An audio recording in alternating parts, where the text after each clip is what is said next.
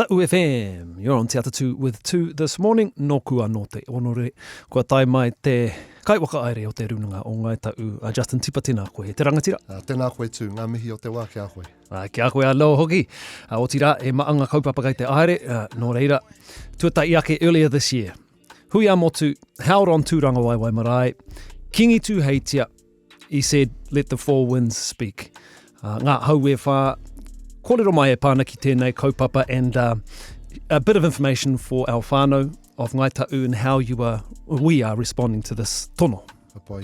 Look, the hui e Tūrangawaewae was a momentous occasion. You know, having not just iwi Māori, but the nation descend upon Tūrangawaewae at the call of Kingi Tuheitia. And as part of his final address, as you said, Kingi Tuheitia said, let the four winds speak. But he also called us out by name. He said, Ngāi Tahu, we must come south. And so that spurred a number of conversations. And I've spoken to all our upoko runanga, our te runanga representatives, and many of our marae. And we all agreed we must respond to this tono and we must accept this tono. So we've decided to name our hui te Pūnuiotoka.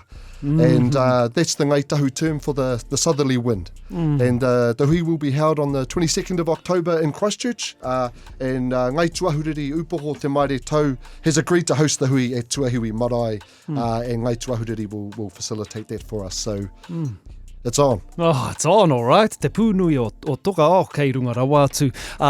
Hea te kaupapa, hea te take 22nd of October. Why was that date in particular chosen for this hui? Yeah, look, the 22nd of October is a really significant day in our history. And so that marks the 175th anniversary of Matiaha Tira Morehu's letter to Governor Eyre protesting the Crown's actions during and after the signing of Kemp's deed. So Tira Morehu's letter was the beginning of Te Kereme, the Ngāi Tahu claim, and our 7-generation struggle for justice. So by holding the hui on this date, we ensure the legacy of our tupuna is honoured and that our response is framed by our tikanga and unique experiences as Ngāi Tahu. Whakanui ngā tipuna ka tika. Very meaningful way to acknowledge Ngāi Tahu history, of course.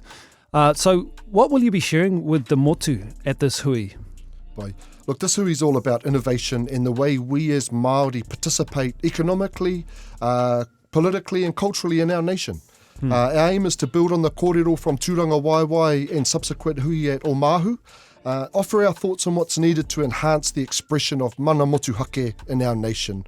Indigenous economics and tribal institution building are really key components to this discussion, Tumehe. And if we're going to hold our treaty partner to account, we need to make sure that we're in the strongest possible position to do so. Nō reira, you know, we're inviting iwi, hapu, and those with a vested interest in these subjects to come and learn, to come and wānanga, how we can apply these concepts in our discussion of kotahitanga and mana motuhake. Well, e kōrero hi ake nei moe nei kaupapa nui waka ara.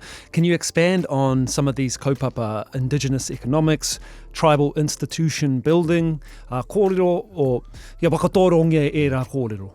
Ka pai, he nui ngā whakaaro, kai muri e nei whakaaro te hohonutanga me te whānuitanga o ngā kōrero. So for us, indigenous economics is about how us as iwi take organise ourselves economically. So that our participation in the economy at home and abroad reflects our values and our distinct relationship to both the seen and unseen world in our traditional territories. And when we refer to tribal institution building, it's about designing and establishing tribal institutions that build our organisational power as iwi. To exercise rangatiratanga and mana motuhake, we need our whare to be strong. Tika rā e nā kōrero. O tira, e ao wawata, he ao moia mo tēnei hui. What are you hoping that this hui will achieve?